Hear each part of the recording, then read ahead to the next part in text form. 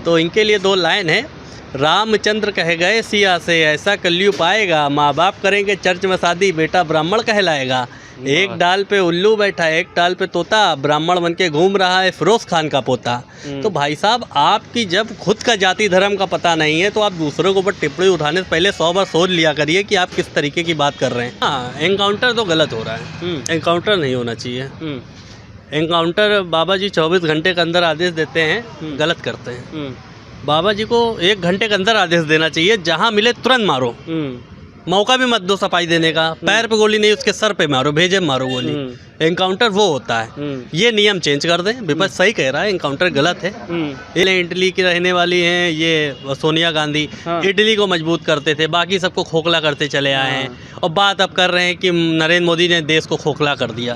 अरे शर्म आनी चाहिए तुमको, 70 साल से राज करने वाले तुम, वो 4 पीढ़ी तुम्हारी मुख्य प्रधानमंत्री रही हैं। खोखला किसने किया? 10 साल में इन्होंने खोखला कर दिया। तुमने अगर इतना अच्छा काम किया था, 4 तुम्हारे यहाँ प्रधानमंत्री थे, तुमने कितनी मजबूती कर दी जो एक मुख्य प्रधानमंत्री आके खोखला कर दिया। और जो लोगों के साथ आपने गठबंधन करा, वो एक दूसरे की शक्ल नहीं देखना पसंद करते थे, आप गठबंधन करके बैठे हुए हैं। जनता ने ये चीज़ दिखा दिया है कि आप लोग एक दूसरे का शक्ल देखना नहीं पसंद करते हैं। आप लोग देश क्या संभालेंगे? जो राहुल गांधी जी ने कहा था, जो 24 घंटे हिंदू हिंदू करते हैं वो हिंसक होते हैं। तो राहुल गांधी जी से मैं ये पूछना चाहता हूँ कि आप हिंदुओं को किस तरीके से, आप क्या हिंदू नहीं हैं? आप हिंदू नहीं हैं, आप लोग हिंदू को कहते हैं कि हिंसक हैं, आप इसका मतलब हिंदू तो हैं नहीं। ये तो क्लियर कर दिया आपने। आप वही हैं, बस गोल टोपी। अच्छा, ये गोल टोपी शुरू से पहनते चले आए हैं। हमारे मुख्यमंत्री ने ना पहना गोल टोपी, ना ही मेरे प्रधानमंत्री जी ने पहना। जो टोपी पहना है जनता को उसी तरीके से टोपी पहनाने का काम किया है। नमस्कार, मेरा नाम वैभव सिंह है और आप देख रहे हैं लोकसभा। आज हमारी मौजूदगी लखनऊ के दारुल सफा के पास में है। यहाँ हम जानेंगे जो 9 सीटों का उपचुनाव होना है उसमें कौन बढ़ता हुआ नजर आएगा। लगातार विपक्ष कहते हैं बीजेपी पर हमलावर होता हुआ नजर आ रहा है। वो कह रहा है कि जो 9 सीटों का उपचुनाव होना है उसमें कहीं ना कहीं वो बढ़ता हुआ नजर आएगा। लोग जानते हैं। क्या नाम है भाई साहब? हमारा नाम गोलू कश्यप है। गोलू जी, ये बताइए 9 सीटों का उपचुनाव होना है, इस पर कौन बढ़त बनाता हुआ नजर आएगा? देखिए, बढ़त बढ़ाते हुए की बात आप मत करिए, क्योंकि जनता ने मूड बना लिया है पूरी तरीके से। और भारतीय जनता पार्टी के 9 की 9 सीटें भारतीय जनता पार्टी के पक्ष में जाएंगी। और जो बची एक है मिल्कीपुर वाली, वो भी भारतीय जनता पार्टी के ही हित में जाने वाली है। इसी के डर की वजह से ही माननीय अखिलेश यादव जी वहाँ पे वकील ले गए थे सीट को, कि अभी वो क्लियर ना हो। इस वजह से वो सीट को रुकवा दिया गया है। इनको दहशत और इस तरीके का डर इनको खाया जा रहा है कि ऐसा ना हो 10 की 10 सीटों पे अगर इलेक्शन होता है तो 10 की 10 सीटें अगर हम हार जाते हैं तो हमारी छवि जो है वैसे ही जनता के बीच में बहुत अच्छी है नहीं। और 10 की 10 सीटों अगर हम हार जाएंगे तो उसके बाद और छवि हमारी ख़राब हो जाएगी।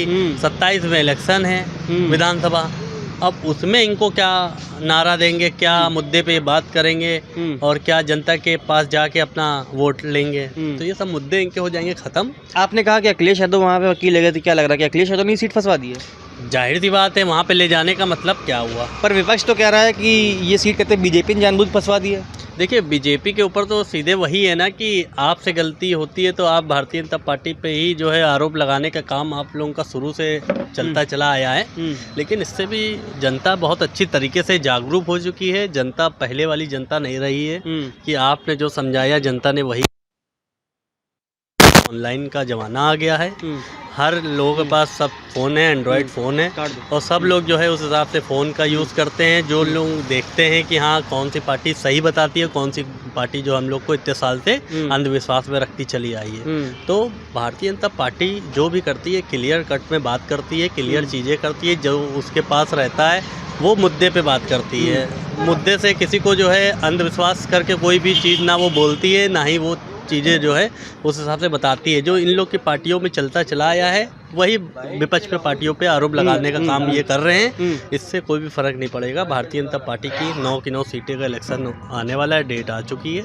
भारतीय जनता पार्टी के पक्ष में 9 की 9 सीटें जाने वाली। अच्छा, ये बताइए आपने कहा भारतीय जनता पार्टी के खाते में 9 की 9 सीट जाएगी, उसके बाद विपक्ष कहते हैं लगातार हमलावर होता नजर आता है। कहता है कि यूपी की जो कानून व्यवस्था है कहीं ना कहीं ख़राब है, जो एनकाउंटर नीति है उसको भी कहीं ना कहीं गलत ठहराता हुआ नजर आता है। क्या लगता है? हाँ, एनकाउंटर तो गलत हो रहा है, एनकाउंटर नहीं होना चाहिए।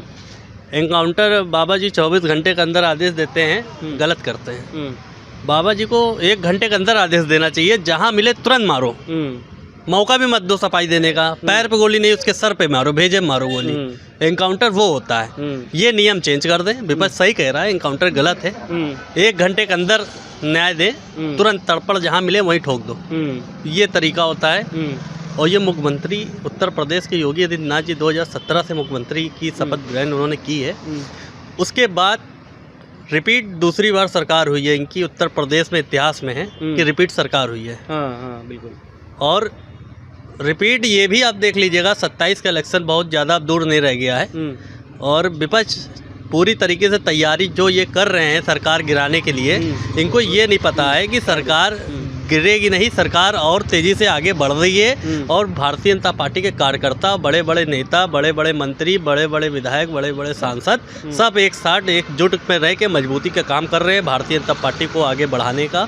जनता को आवाज़ उठानी है, जनता की आवाज़ लेके बात करने वाले भारतीय जनता पार्टी के कार्यकर्ता, भारतीय जनता पार्टी के नेता, भारतीय जनता पार्टी के विधायक, भारतीय जनता पार्टी के विधायक, भारतीय जनता पार्टी के मुख्यमंत्री, भारतीय जनता पार्टी के प्रधानमंत्री से लेके एक कार्यकर्ता सिर्फ जनता की बात करने वाला है, जनता की आवाज़ उठाने वाला है।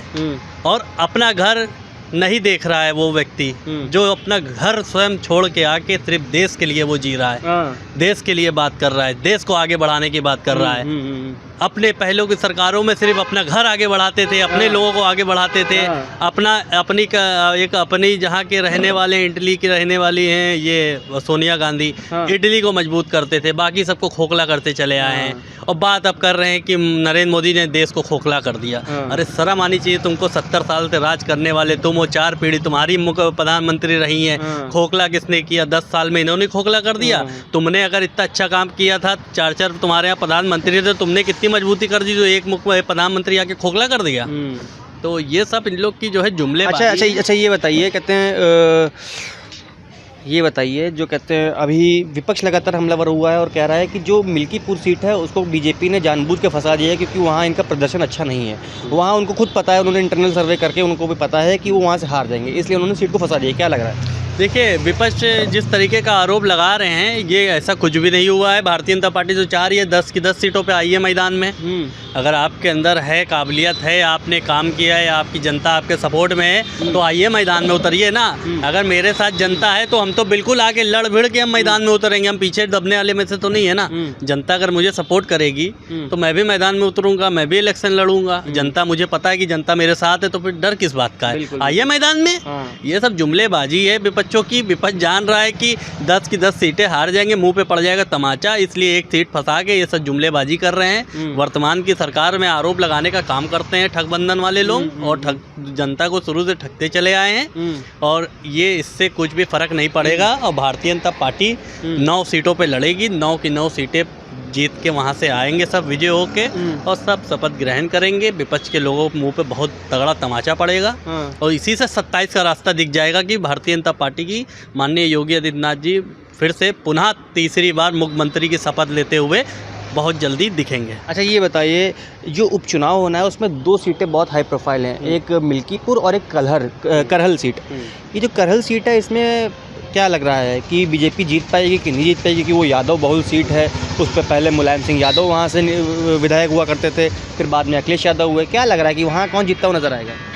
देखिए, जिस तरीके की ये आप बता रहे हैं मुद्दे, यादव का वहाँ गढ़ है, यादव के लोगों वहाँ से जीतते चले आए हैं। देखिए, आज के टाइम पे, अभी मैंने आपके चैनल के माध्यम से बोला, आज के टाइम पे बहुत लोग समझदार हो चुके हैं। कोई ज़रूरी नहीं है कि यादव हैं तो यादव आँख बंद करके यादव को वोट देंगे। वो भी देख रहे हैं कि किस सरकार में शिक्षा अच्छी थी, किस सरकार में स्वास्थ्य की चीज़ें अच्छी थी, किस सरकार में कानून व्यवस्था अच्छी थी, किस सरकार में कार्यकर्ता कैसे किस तरीके से जनता से बात करते थे, दंगा फसाद करते थे।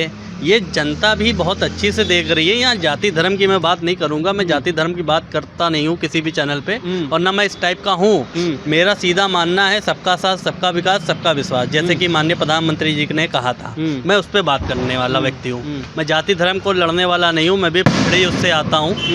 मेरा भी यही मानना है कि कोई जाति धर्म हटा के, हाँ बिल्कुल, चाहे वो विपक्ष का हो या पक्ष का हो, जाति धर्म हटा के बात करे, मैदान में उतरे, तो ये तो बीजेपी से बहुत पहले से रहा है ना कि जाति धर्म से कभी उन्होंने नहीं देखा, वो तो हमेशा से कहते हैं एक व्यक्ति के तौर पे हमेशा देखती चली आई। नहीं, जाति धर्म विपक्ष के लोग ही ये मुद्दा बना रहे हैं, वो शुरू से बनाते चले आए हैं कि आप ओबीसी के हैं, आप एसटी के हैं, आप किसके हैं। ये सब गलत चीज़ें हैं, ये सब आप लोग आपने मतलब ऊपर वाले ने भेजा सबको एक तरह ही सबको बना के, आपने जाति धर्म नीचे बना दिया।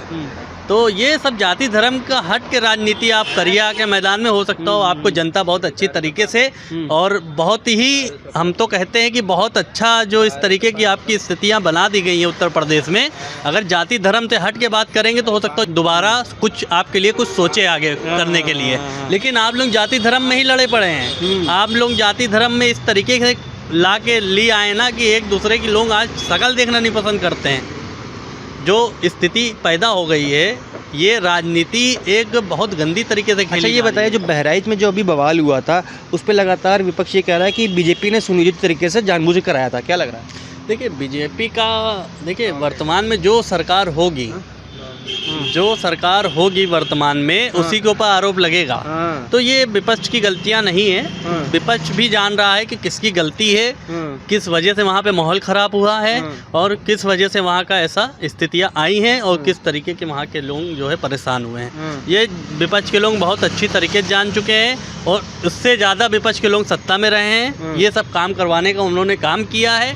इस वजह से जो है उन लोग सीधा वर्तमान की सरकार में आरोप लगाने का काम कर रहे हैं। इससे ये चीज़ क्लियर हो गई है कि आप किस निगाहों से देख रहे हैं। हर समय ही राजनीति नहीं करी जाती है, जहाँ पे सरकार अच्छी हो, अच्छा काम करे, अच्छा कार्य करे, आप उसको आके सपोर्ट भी करिए। बिल्कुल, लेकिन ऐसा नहीं होता अपने भारत में। अपने भारत में सिर्फ ये होता है कि आप सिर्फ अपना देखिए, अपना फ़ायदा देखिए, अपना लाभ देखिए, अपने परिवारों को आगे बढ़ाइए। बाकी जितने भी आपके कार्यकर्ता हैं, जितने आपके नेता हैं, वो सिर्फ एक ही काम करेंगे, जिंदाबाद नारा लगाएं, झंडा उठा के पीछे से चिल्लाते रहें। तो ये काम करने के लिए जो है आपके कार्यकर्ता हैं और बाकी आपने जिसका चुना है तब आपने परिवारों को आगे बढ़ाने का काम किया है, चाहे वो समाजवादी पार्टी हो, चाहे वो कांग्रेस के नेता हो। अच्छा ये बताइए, क्या 2027 में फिर से बीजेपी तीसरी बार जीतती हुई नज़र आएगी?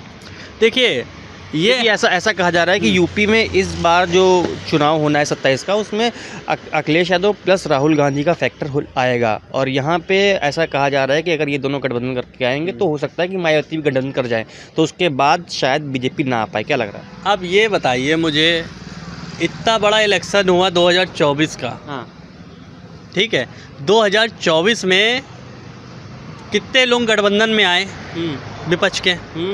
इसको बोलते हैं महागठबंधन तैयार करके आप लोग उतर गए। आप लोग पूरा ताकत लगा दिया, आपने कहीं से कसर नहीं छोड़ा कि 2024 में बीजेपी जीते ना, पूरा जोर लगा दिया आपने, जहां से आपको मिला सबको बटोर लिया। उसके बाद क्या परिणाम आया? आपने तो 99 सीट भी नहीं पार करी अकेले दम पे। और जो लोगों के साथ आपने गठबंधन करा वो एक दूसरे की शक्ल नहीं देखना पसंद करते थे, आप गठबंधन करके बैठे हुए हैं। जनता ने ये चीज़ दिखा दिया है कि आप लोग एक दूसरे का शक्ल देखना नहीं पसंद करते हैं, आप लोग देश क्या संभालेंगे। जैसे एक होते हैं ना कि कुत्ते की तरीके लोग लड़ते हैं, स्थिति यही आ जाती। अगर जनता जिता देती तो स्थिति यही आ जाती कि राजा मैं बनूंगा, राजा मैं बनूंगा। आप कुत्ता किसको कह रहे हैं राजनीति में? देखिए राजनीति में जो उस लायक है वो समझ जाएगा, जो उस लायक है वो समझेगा वो चीज़। रीज़न है ना, आप लोग देश नहीं चलाने आए, आप लोग सिर्फ अपना घर चलाने आए, आप लोग अपने घर की तिजोरियां भरने चले आए जनता का पैसा लूट लूट के। और हम तो आपके चैनल के माध्यम से दावा ठोकते हैं, चाहे वो उत्तर प्रदेश के मुख्यमंत्री योगी आदित्यनाथ जी हो, चाहे देश के प्रधानमंत्री नरेंद्र मोदी जी हो, अगर आपके अंदर इतना दम है, इतना साहस है, तो आप जो है आपकी सरकार भविष्य में जब कभी बनेगी तो आप ईडी सीबीआई लगवा दीजिएगा उनके ऊपर और फिर देखिएगा उनके पास क्या निकलता है क्या नहीं निकलता है। शर्म के मारे आप जांच के बाद आप यही कहेंगे कि आप अपने पास से उनके पास पैसा लेके जाएंगे कि आप ये कुछ रख लीजिए अपने लिए। अच्छा ये बताइए, आप आखिरी में एक सवाल हुआ कि आप शेर व शायरी भी थोड़ी सी करते हैं, कुछ एक शायरी बोलना चाहेंगे? देखिए शायरी बोलने का, राहुल गांधी जी पे एक हमने लिखा था कि राहुल गांधी जी के ऊपर मैं बोलता नहीं हूँ, लेकिन कहीं ना कहीं मजबूर कर देते हैं हमें कुछ ना कुछ फिर नया बोलने पे इनके लिए। बहुत ही बढ़िया नेता हैं, कॉमेडियन हैं, जो बच्चों को खुश करने का काम करते हैं। आए दिन नए नए जुमले आ जाते हैं उनके, जो बच्चे बहुत ही एंटरटेनमेंट करते हैं। तो राहुल गांधी जी ने अभी एक हिंदुओं पे बात उठाई थी हिंदू की बात होती तो मैं ना बोलता, ये हिंदू की बात है। ये इन्होंने हिंदू को टारगेट किया, तो हिंदू पे भैया मैं भी आता हूँ, मैं तो कट्टर हिंदू हूँ, तो उनको फिर मैं कैसे बख्श दूंगा। तो राहुल गांधी जी ने कहा था जो 24 घंटे हिंदू हिंदू करते हैं वो हिंसक होते हैं। तो राहुल गांधी जी से मैं ये पूछना चाहता हूँ कि आप हिंदुओं को किस तरीके से, आप क्या हिंदू नहीं हैं? आप हिंदू नहीं हैं, आप लोग हिंदू को कहते हैं कि हिंसक हैं, आप इसका मतलब हिंदू तो हैं नहीं।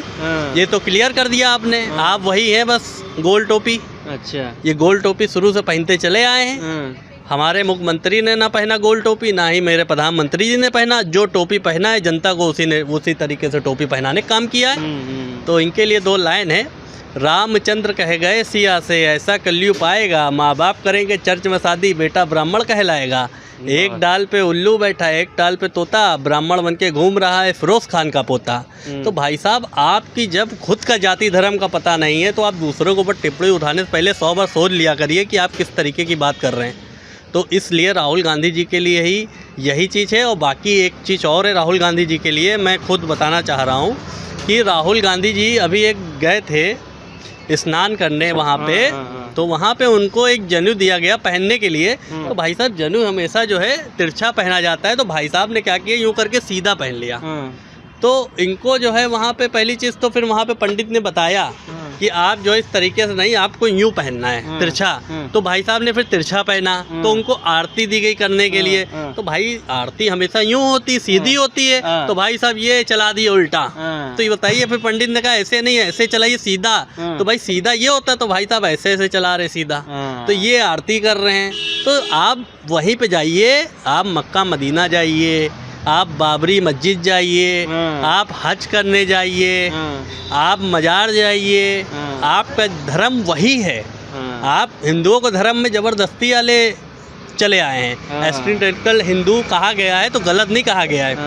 ये 10%, मैं तो कहता हूँ 10% ये हिंदुओं के बारे में हनुमान चालीसा नहीं आती होगी इनको, ना हनुमान चालीसा आती होगी, ना ये रामायण जानते हैं, ना ही ये संविधान करते हैं। जो कॉपी है संविधान की घूमते हैं, इनको पहला पेज नहीं पता होगा कि संविधान में क्या लिखा है। अरे चैलेंज कर रहा हूँ मैं। और संविधान में कितने पन्ने होते हैं ये नहीं पता इनको। ये इतना का नहीं पता है, बस सिर्फ संविधान घंटा बजा रहे, संविधान कर रहे हैं। अरे आपको उसके बारे में नॉलेज ले लेनी चाहिए।